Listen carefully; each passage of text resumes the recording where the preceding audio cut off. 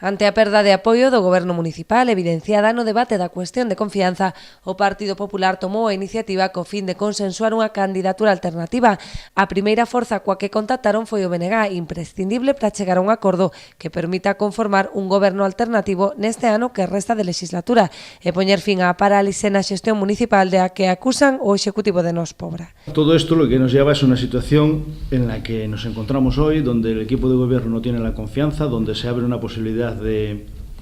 plantear una alternativa, y nosotros sí que ante esa situación y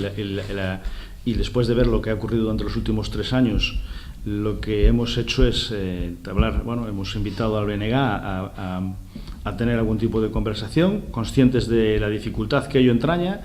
pero sobre todo ante la responsabilidad que supone el tiempo que se ha perdido en la gestión de los recursos propios y ajenos,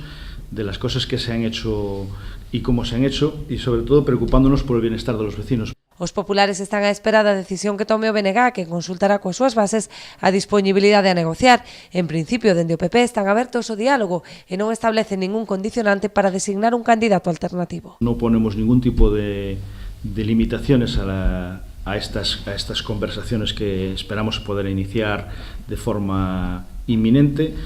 y que esperamos que den un resultado fructífero. Somos conscientes de que tenemos dificultades o diferencias ideológicas y de otro tipo, pero también somos conscientes que a nivel municipal, yo más o menos el 60 o 70% de las mociones que ha presentado el BNG o que ha presentado el Partido Popular han sido aprobadas mutuamente por unos por otros, con lo que creo que eso es un buen inicio para plantear algo donde durante al menos un año podamos hacer algún tipo de actuación que sea beneficiosa y que mejore la calidad de vida de nuestros vecinos, que entendemos que es lo que debe regir en cualquier actividad municipal, y más en las circunstancias en las que nos encontramos después de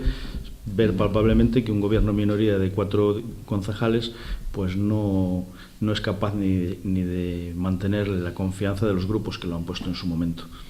En función de se a resposta do BNG é positiva, o PP proporá tamén ao Partido Socialista sumarse ás conversas co fin de acadar o máximo consenso.